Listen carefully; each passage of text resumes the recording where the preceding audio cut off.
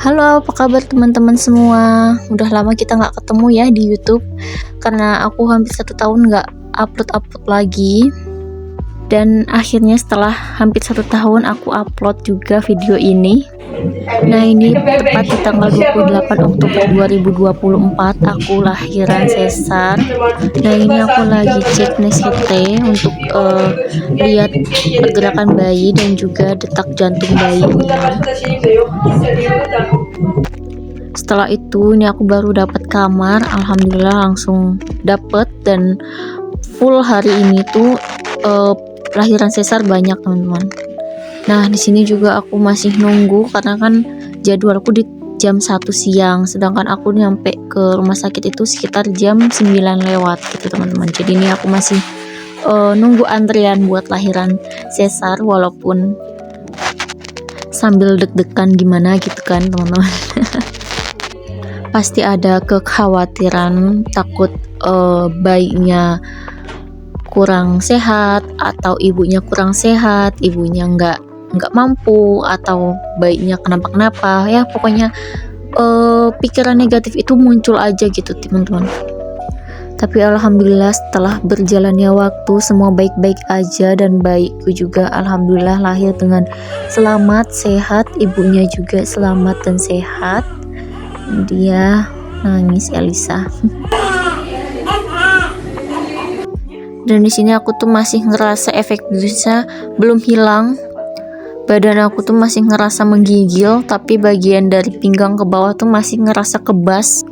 Terus waktu efek biusnya tuh udah hilang, sakitnya bener-bener gong banget, dan perutku juga dikasih pemberat untuk ngeluarin sisa darah yang belum keluar mungkin ya.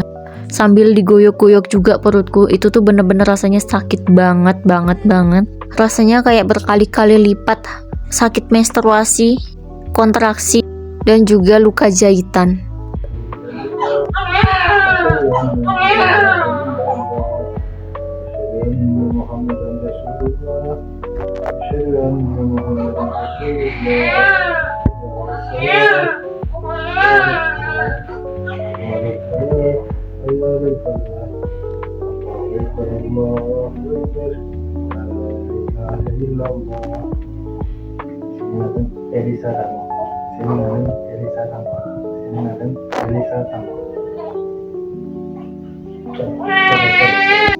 Oh ya teman-teman, jadi ini aku lahiran sesar itu 5 hari lebih maju dari tanggal yang udah diperkirakan, yang udah dijadwalkan sama dokternya.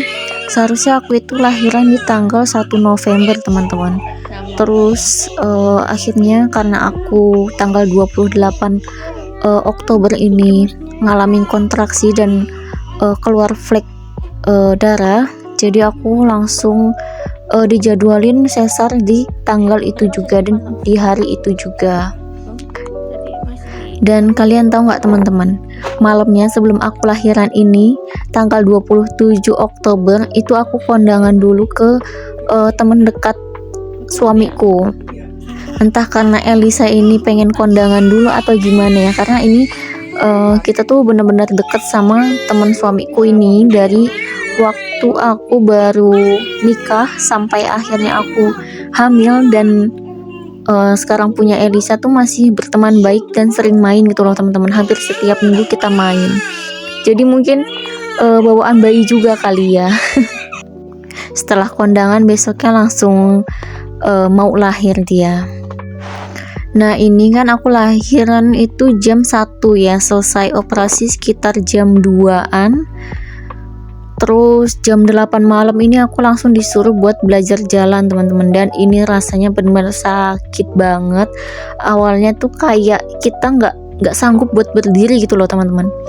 Jangankan berdiri ya, kita mau ubah posisi dari telentang ke miring aja tuh sakit banget. Apalagi ini disuruh jalan tuh kayak awalnya ya mungkin kayak bayi yang baru belajar jalan kali ya, cuman ini ada rasa nyeri di bagian jahitannya itu, dan ini perutku tuh masih kelihatan banget besar. Kalian kelihatan nggak? Masih kelihatan besar dan ngelambir gitu loh teman-teman. Jadi masih aku pegangin pakai tangan, aku sanggah gitu. Entah ya, rasanya tuh kayak ini loh, usus kita tuh kayak mau jatuh gitu loh teman-teman. Pokoknya aku juga ngerasanya nggak tahu ya, kayak aneh gitu aja. Jadi aku bawaannya pengen aku pegangin terus itu perutnya, padahal ya nggak kenapa-kenapa gitu. Ngerasanya itu setiap jalan kayak perutnya tuh di dalam ususnya pada loncat-loncatan, gimana ya, aku juga bingung mendeskripsikannya. Aduh, ya pokoknya gitulah, ngerasanya tuh usus kayak gujlak-gujluk gitu loh di dalam perut kalau setiap mau jalan. Dan ini tuh berlangsung selama aku setelah lahiran tuh sekitar semingguan atau 2 mingguan tuh masih kerasa. Pokoknya perutnya tuh masih bergelambir dan gak enak gitulah teman-teman pokoknya. Nah ini akhirnya setelah 3 hari aku dirawat inap, kita bisa pulang dengan keadaan baik-baik saja, nggak ada masalah apapun, alhamdulillah. Karena ini aja sih, aku selama 2 hari itu nggak bisa kentut, dan kalau belum kentut tuh aku belum boleh makan teman-teman. Jadi aku nggak makan apapun selama 2 hari. Terus akhirnya aku udah nggak kuat kan, aku bilang sama suamiku, udah perih banget sampai ke ulu hati. Akhirnya suamiku laporlah ke dokter kandungan, dan dokter kandungan akhirnya membolehkan aku buat makan, walaupun makannya tuh masih yang teksturnya masih kayak bubur atau sup-supan gitu teman-teman. Dan setelah aku makan sup, akhirnya aku bisa kentut jam 6 pagi kalau nggak salah seingatku. Akhirnya aku bisa pulang nggak ada masalah, nggak harus operasi kedua kali.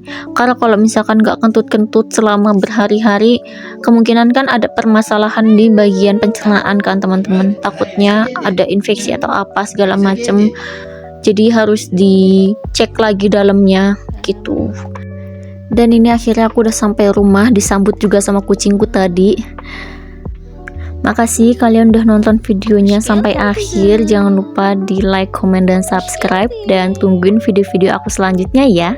Makasih. Assalamualaikum.